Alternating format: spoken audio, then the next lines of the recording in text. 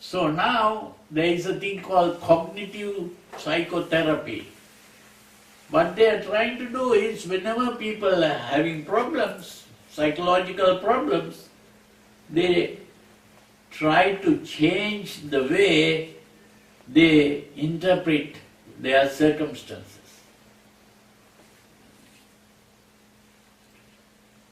In a way, this is what Sigmund Freud tried to do also. Because the way we interpret our circumstances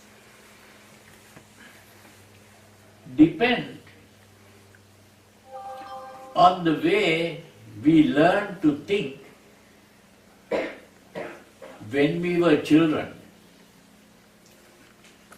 Our childhood experiences and the way we interpreted our circumstances as a child begins to affect the way we interpret our circumstances as adults. So this is why Freud wanted to recall the past. And by thinking about the past, we can, with the adult mind, look at it and see that this is only a childish way of thinking. And you can change your way of thinking. It's the same thing but in a different way. So, although at that time Freud didn't understand it fully, but the later cognitive psychologists began to understand this better, and they are using this. And the most interesting thing is, there is a book of verses that you may be familiar with, which is coming from the teachings of the Buddha.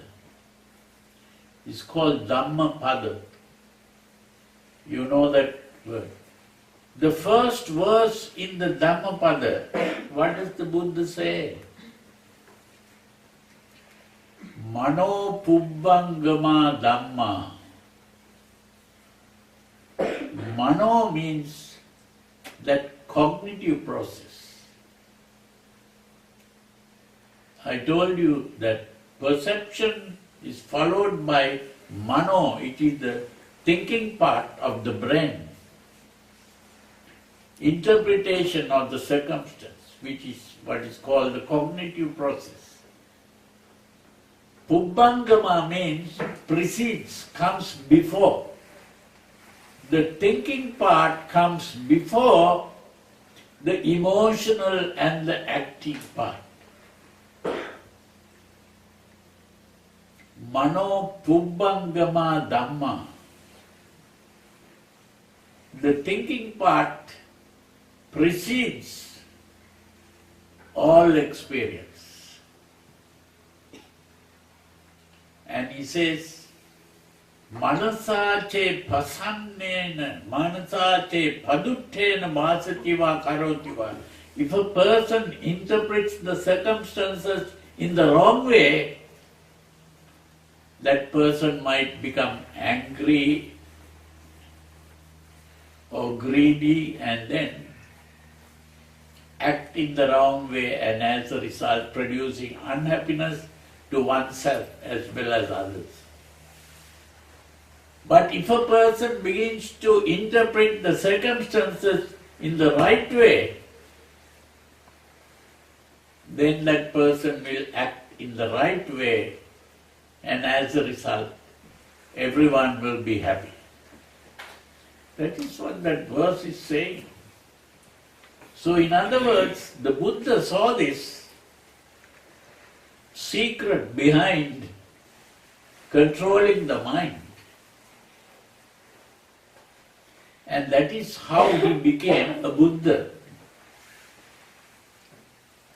Becoming a Buddha is learning to gain full control over the emotions,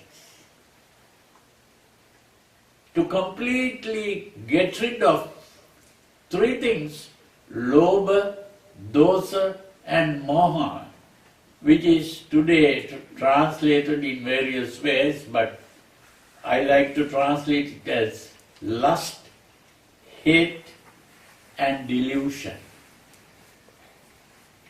Lust, hate and delusion refers to the emotion. It is by getting rid of emotions. A Buddha is a person who has got rid of all self-centered emotions. That is the meaning of becoming a Buddha.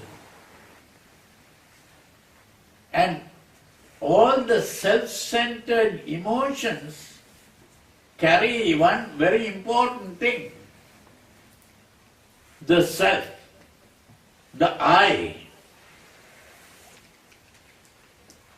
I want this, or I hate this. The I is the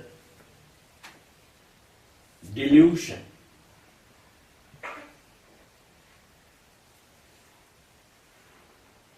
This is why we talk about awakening from the dream of existence. Existence means I exist. I exist is a delusion. And a delusion means it is not even a concept. A concept is a rational concept.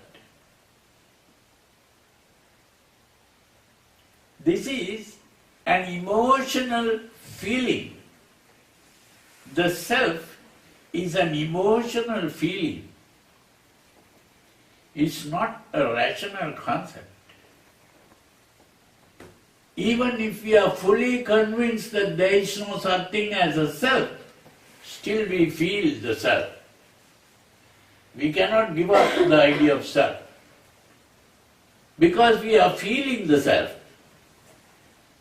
not just thinking self. The thinking came later. It is the feeling that came first.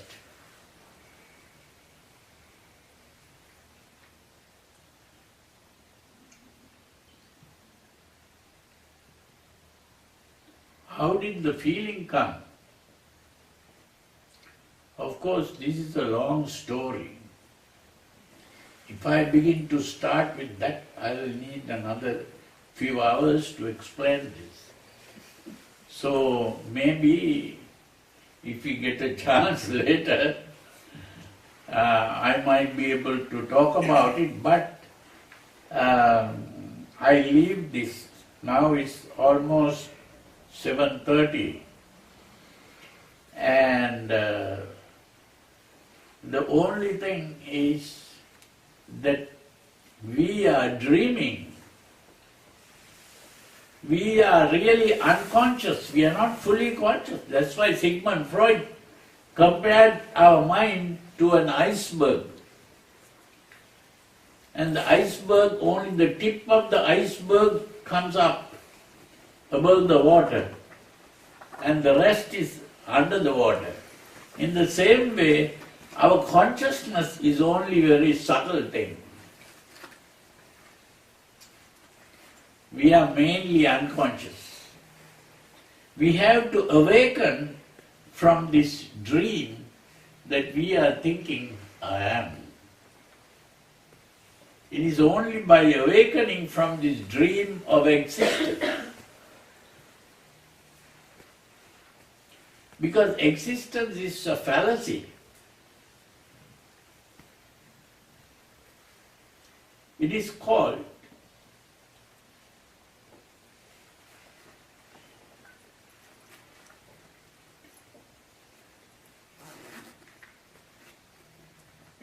a static concept in a dynamic reality.